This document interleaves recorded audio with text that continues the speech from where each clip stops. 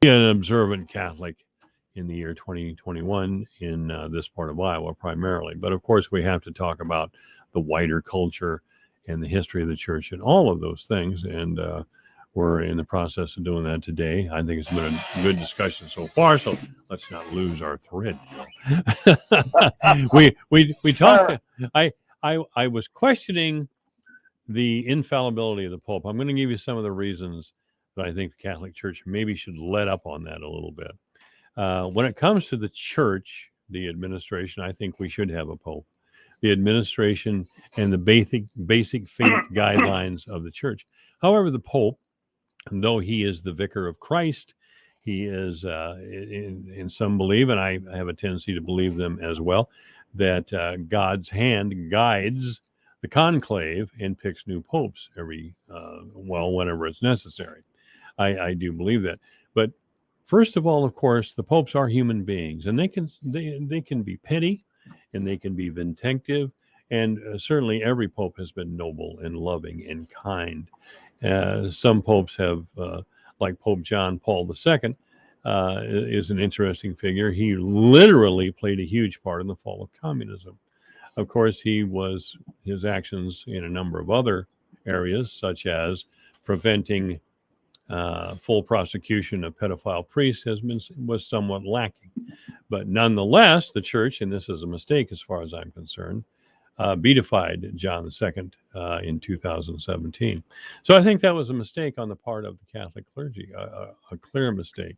Even though John Paul II did great things, he also proved himself to be very human. Further, as far as the discussion on individual freedom, it's not necessarily an American thing. I believe that's where Christianity takes us. I believe that the freedom God gives us also allows us to act in ways that we feel are just, and we can as individuals answer to God. That's who I answer to first and foremost. That may be a little Protestant, I don't know, but I don't answer to the church first. I answer to God. Is that acceptable to you? Well, I don't know where to start with all that. Well, you got about 18 minutes, so have at it, buddy. Okay. All right. So let's go back to the beginning here, okay? Sure. You started out with the concept of infallibility, all right? And most of the time, I like to say to people, what does the Pope speak infallibly about? Does he speak infallibly about who's going to win the Dallas Cowboys football game? No, you're not being fair. No. But what does he speak infallibly about?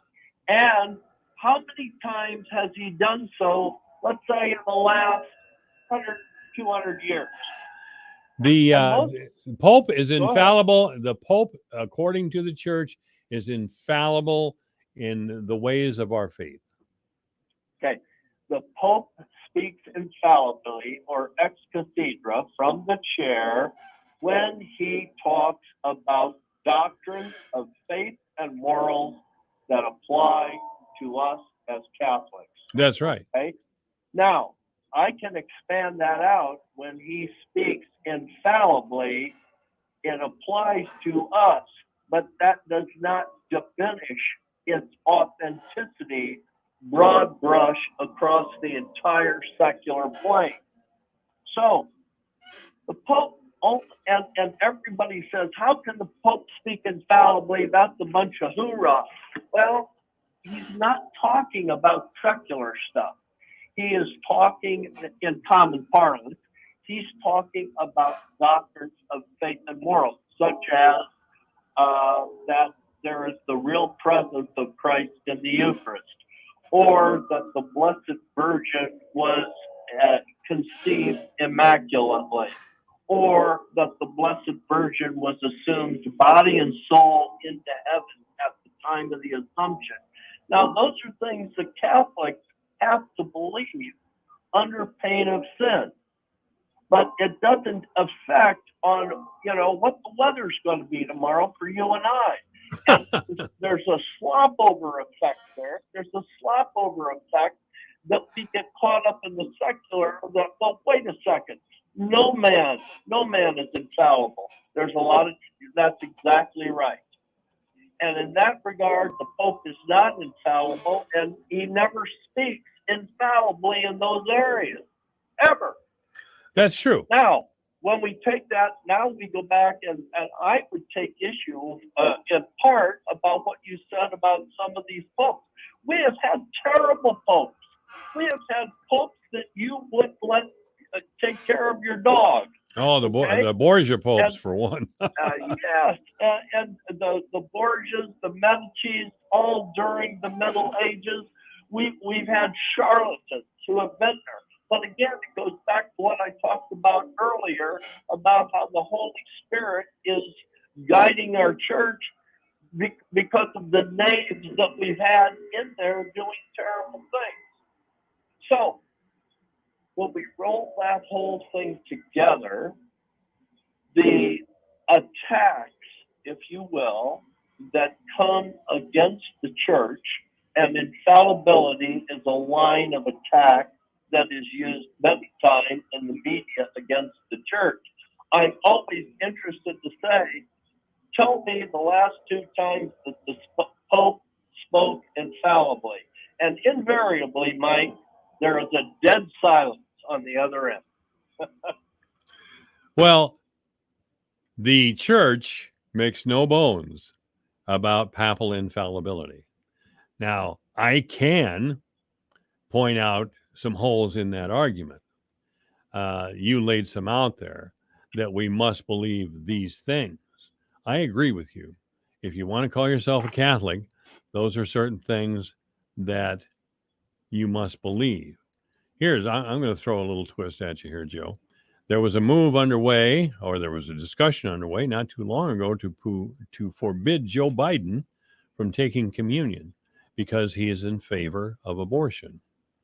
It seems to have petered out a little bit, but do you think because Joe Biden is trading politically on his Catholic identity, do you think he should be then allowed communion because he opposes one of the most important stands the Catholic Church has taken in the last 150 years? Well, once again, I want to parse what you've had to say because it's important, because a lot of things have been rolled together. The first thing that we have to take into account, in my judgment, and this is only my judgment, is that Joe Biden is not in favor of abortion and never was. And if Joe Biden was on your program today, I think he would tell you that. But Joe Biden, the dilemma that he has is that he has sworn an oath as president of the United States to uphold the Constitution and laws of the United States of America. And one of those areas is Roe versus Wade. Now, does that make it right? It certainly doesn't make it right. But he has a civil obligation to uphold the laws as given, if you will. So you've got that dynamic going for you with Joe Biden. Now, fast forward to what the United States Conference of Bishops is saying about Joe Biden. There is a divergence among the bishops as to whether or not he should be prohibited from taking communion in the church. I think Francis answers that question best when he says, wait a second here, folks. Let's hit the pause button. The Eucharist is not for the worthy, because none of us are worthy. The Eucharist is a sacrament of healing. It's a sacrament of peace. It's a sacrament of divine inspiration that is intended for us as sinners. No substitute. It is intended for us as sinners because we all are sinners. And so when we try and extrapolate out and say, no, wait a second, Joe Biden says he's a Catholic, So does that mean he's perfect? Well, a lot of people would like to say yes, because as soon as we set up that perfection, we find out that our idols have feet of clay and they're easy straw men to knock down. Joe Biden ain't perfect by a country mile, but he strives, I believe, he strives to be good. And that's what we all try and do. You try to do it, Mike. I try to do it.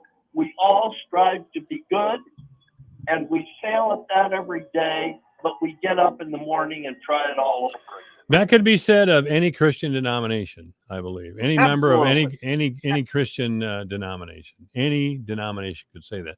But you just gave me again the Mario Cuomo answer to the question of abortion. And I never bought it. All due respect to Governor Cuomo, I liked Mario Cuomo. I'm not too crazy about his kids, but he was a good man. But he was obviously a Catholic politician trying to skirt the issue of abortion. You just talked about a few absolutes that we must believe if we're going to call ourselves a Catholic. Isn't adhering to a pro-life stance, isn't that sacred in the church, and we should advocate for it no matter what we do for a living? I think the short answer to that is yes. Yes, we should. Absolutely. And when we engage in conduct which erodes or gives solace to a concept which injures our fellow human beings, and in this case, unborn children, I think we are in error, and I think we're wrong. And there's no doubt in my mind that Joe Biden, if he is advocating that, he is wrong. But are you saying that he should be denied the opportunity to receive the Lord to help him to get right? Well, there are such things as apostates. There are some. It seems to me Joe Biden and Ted Kennedy and Tom Harkin and a lot of Catholic politicians used Catholicism as a base for political support. But when it came time to actually be a Catholic, they were missing in action. And I think they, for the large part, get away with that. I'm not in favor of letting them get away with that. If they want to say, look, I'm a politician, but I don't believe in one of the basic tenets of my own faith, but I'm going to refer to myself as a member of that faith, fine. At least that's an honest answer.